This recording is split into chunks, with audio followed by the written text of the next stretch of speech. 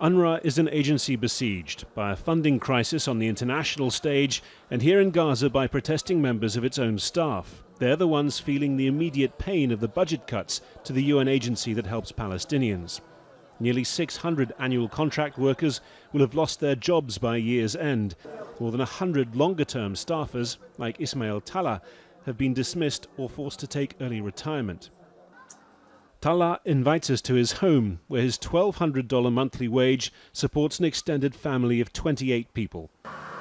He'd worked for UNRWA for 16 years. It's here that you see, in an economy like Gaza's, how much can rest on just one job. Now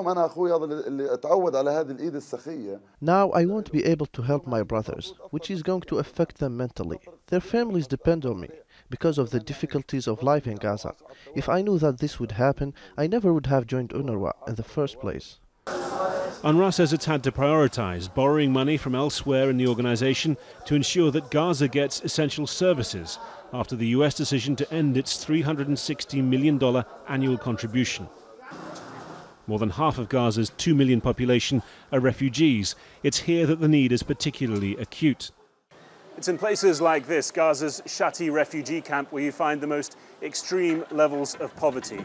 And for many here, aid provided by UNRWA is a matter of survival.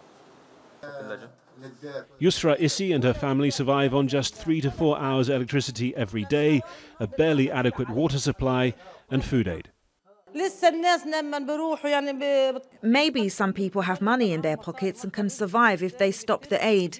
But us, we have nothing. The aid is all we have. If they stop it, we'll die of hunger.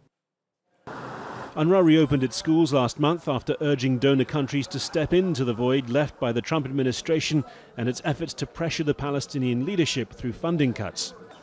The agency's Gaza director says it's been a year of short-term fixes.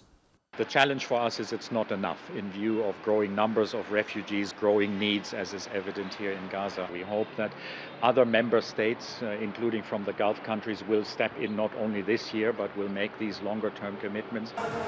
Thousands of the agency's Gaza staff protested last week. It's now looking for long-term ways to prevent more people from losing their jobs and to ensure that its services survive the US funding cut. Harry Fawcett, Al Jazeera, Gaza.